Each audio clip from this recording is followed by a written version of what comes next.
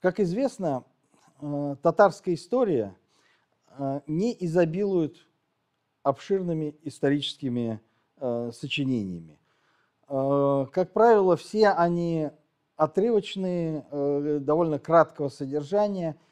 И вот такая традиция, хотя сведения о ней есть, но в реальности полноценной такой истории, ну, которая могла бы сравниться там с повестью временных лет и вообще с русским летописанием, или что-то напоминающее там западноевропейские хроники, или даже восточные истории, в татарской истории не сохранилось.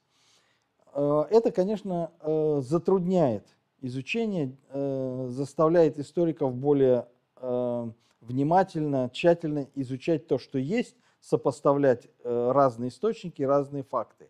Но некоторые люди предпочитают идти более простым путем и считают, что если нет источников, то их надо придумать, написать. Одним из таких источников является так называемая Джафар Тарихи. Впервые о ней начал рассказывать Фаргат Нуриддинов в конце 80-х годов, интригуя научное сообщество тем, что вот у него есть, ему попался какой-то источник, который повествует об истории предков татарского народа с древнейших времен. И даже на заседаниях в Иали приходил и рассказывал какие-то отрывки. Ну, полного фантастических подробностей. Ну, научное сообщество относилось к этому весьма с большим подозрением, тем более, что он не показывал, собственно, этих материалов.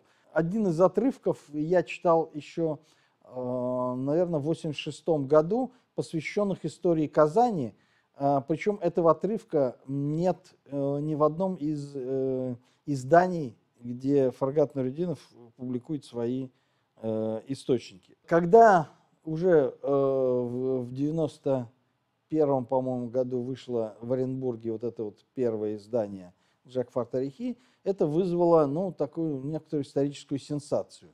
Но эта сенсация быстро сошла на нет, когда историки обратились, собственно, к тексту этого источника. Сразу же раздались довольно критические высказывания. Ну, надо сказать, что один из таких критических высказываний был Амелян Прицак, он прекрасный тюрколог, знаток литературной традиции. Он сказал, что это, скорее всего, какой-то татарский оссиан. Ну, имея в виду песни оссиана, это написанные шотландским писателем Макферсоном, и который долгое время водил за нос общество, рассказывая, что это подлинное историческое сочинение. Другой тюрколог, Руан Аташ, тоже, ознакомившись с сочинением, сказал, что никакой основы там нет и что это фальсификат. Точно такой же точки зрения придерживался и Юлай Шамиль Оглу. Хотя долгое время почему-то в Википедии и он, и Миркасым Усманов указывались как сторонники подлинности этой самой летописи. Часть историков относилась, ну, некоторым образом нейтрально, но с некоторым оттенком благожелательства. Ну, как правило, не источниковеды и не тюркологи. Например, один уважаемый историк писал что-то примерно так, что, ну, это же огромное гениальное сочинение, но нет у нас среди живущих людей, кто мог бы такое написать. Ну, он просто, очевидно, плохо знаком с литературной традицией. Например, то, что писал профессор Толкиен о мире Среднеземья, это вполне может быть альтернативной историей, вплоть до словаря эльфов там и других прибамбасов, которые составляют увесистый том.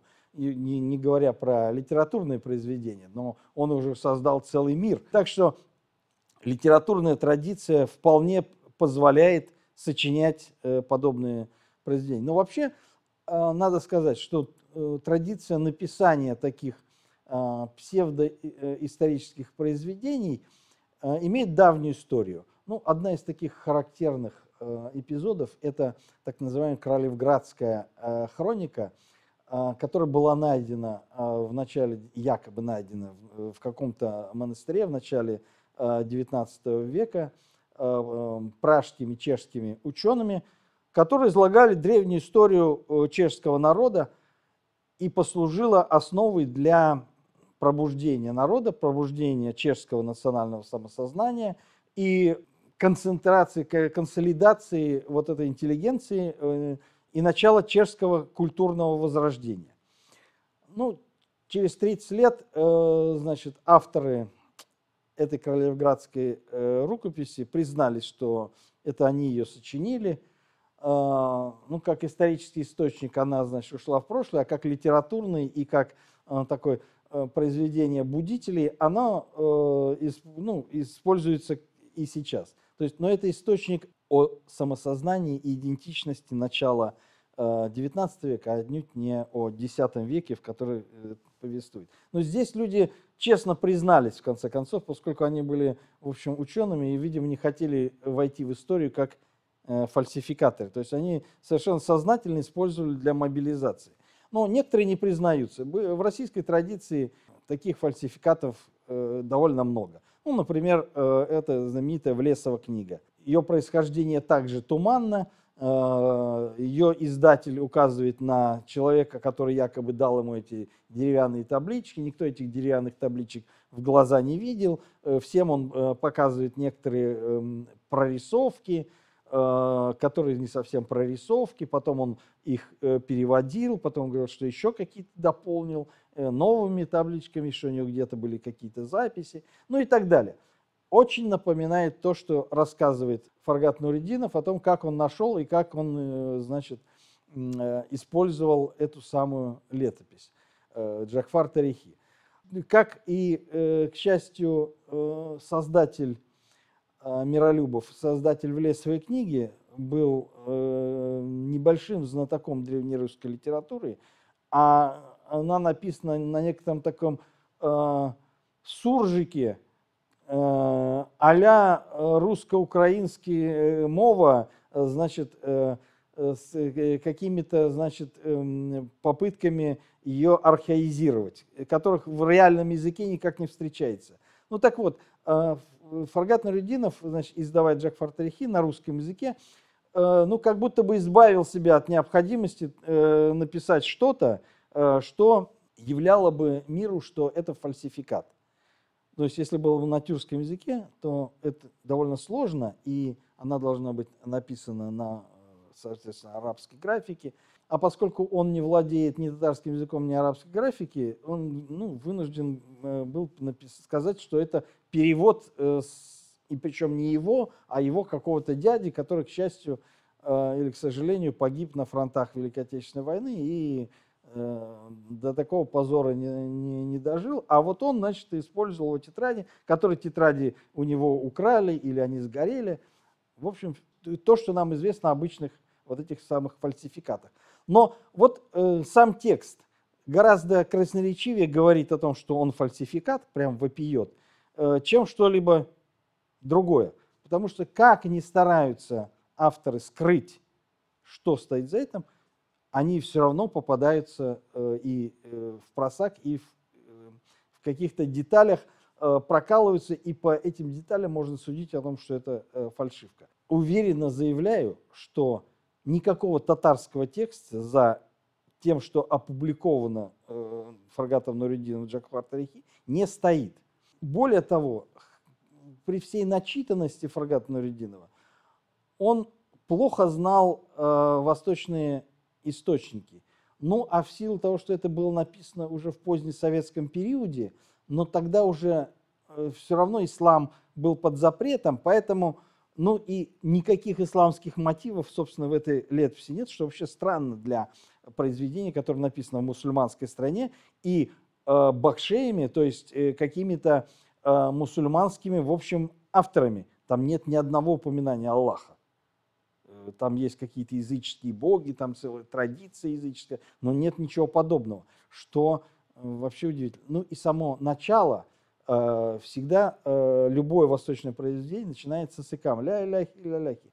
А здесь же оно «Привет там, дорогой читатель». Это, знаете, напоминает книгу Яна Чингисхан, где ну, мнимый автор, значит, этих записок говорит: «Дорогой читатель, салам тебе», значит. Вот, видимо, Фаргат Нурудинов считал, что именно так и начинаются все восточные рукописи. Но есть и более серьезные вещи, которые позволяют говорить, что это фальсификация, и никакого татарского текста за ними стоит. Ну, там есть многие у меня текстологические наблюдения. Особенно это хорошо видно по использованию различных русских идиом. Ну, например, вот, которые используются неосознанно человеком, который не осознает, что, как этот мещанин в дворянстве, не понимал, что он говорит прозой. Так и здесь. Человек пишет и не понимает, что он пишет русскими идиомами. Не переводит с татарского, а говорит русский идиом. Например, «орать во все горло». Что за татарский эквивалент был в этот самый? Или «стоять как стена». Ну, а что в татарском языке, какой термин или что там было, какой текст? Но есть и более такие интересные моменты. Ну, во время описания одного из сражений там написано, что вот эти самые булгарские войска рванулись, значит, на битву, размахивая мечами, палашами и саблями. Но вопрос, а какой тюркские термины были, что их автор позволил автору перевести их мечи, палаши и сабли? Дело в том, что для клинкового оружия в тюркском языке только один термин – клыч. Это универсальный термин и для меча, и для палаша, и для сабли. Что в татарском языке эти три слова были 3 раза повторены, что позволило догадаться переводчику, что там есть какие-то 3 термина. Есть еще очень такие забавные вещи, которые свидетельствуют о том, что никакого восточного традиции и татарского текста за ними стоит. Например, он описывает приход посольства Ибн Фадлана, там многие такие подробности забавные, и говорит, что посольство развернуло зеленое знамя халифата. К счастью, Фаргат Нурудинов, который сочинял этот Джафар Тарихи, он просто малообразованный в этом самом человек. Дело в том, что знамя халифата всегда черное. Зеленым знаменем, как цветом ислама, оно стало гораздо позднее, скорее всего, уже во времена Османской Турции, где этот самый зеленый цвет стал постепенно ассоциироваться с исламом. И в XVIII веке это было подхвачено ваххабитами Саудовской Аравии. И с этого момента, собственно, зеленый стал ассоциироваться до этого, если мы посмотрим, и у шиитов, которые сохранили древние традиции, и у аббасидов. И есть у нас многие десятки изображений, собственно, самих знамен. Все они черные, с вышитыми на них сурами Корана. Никаких зеленых знамен ислама. Это вот как раз свидетельство о том, что мы имеем дело с недоброкачественной, в общем, подделкой. Ну и многие детали другие, например, убежденность автора, что, значит, он описывает географию, но отнюдь не так, как знали ее действительно люди восточного средневековья. Как будто автор смотрит на современную карту и дает название, значит, разным городам, морям там и так далее. Или называет Черное море Сокланским. Ну, то есть вопрос такой. Автор встречается в тексте с названием «Сокланское море». Какие основания у него переводить это как «черное»? По какому контексту он переводит его как «черное»? На основе какой традиции? Дело в том, что это море восточной традиции никогда так не называлось. То есть это было или море Хазарское, либо Бунтус. Ну, чаще всего. Ну, это искаженно от Понтус. Явно греческая традиция. А вот сокланским оно является только в Джафар Тарихи и больше нигде. И почему? Автор не объясняет. Как он идентифицирует вот эти самые термины. самое коронное доказательство. Дело в том, что вся летопись пересыпана такими датами. Например, в 983 году, в 982 году там, или так далее. В восточной традиции, если написана была дата по хиджре, а никакой другого юлианского летоисчисления ни в одном, ну, вплоть до сегодняшнего дня, даты дублируются. Но все восточные мусульманские страны пишут дату не по юлианскому календарю. И даже не по григорианскому, а по хиджре. А дело в том, что это лунный год, и он не полностью соответствует. Если нет указания на дня и месяца, то невозможно точно сказать, что в 982 году произошло такое событие. То есть какой же восточный или татарский текст стоял за этим, что позволило переводчику или автору перевести эту дату? Он должен был сказать, что это, значит, 982-983. Потому что именно только так можно было, если какой-то год, ну, допустим, какой-то 380 год по хиджре. Нет.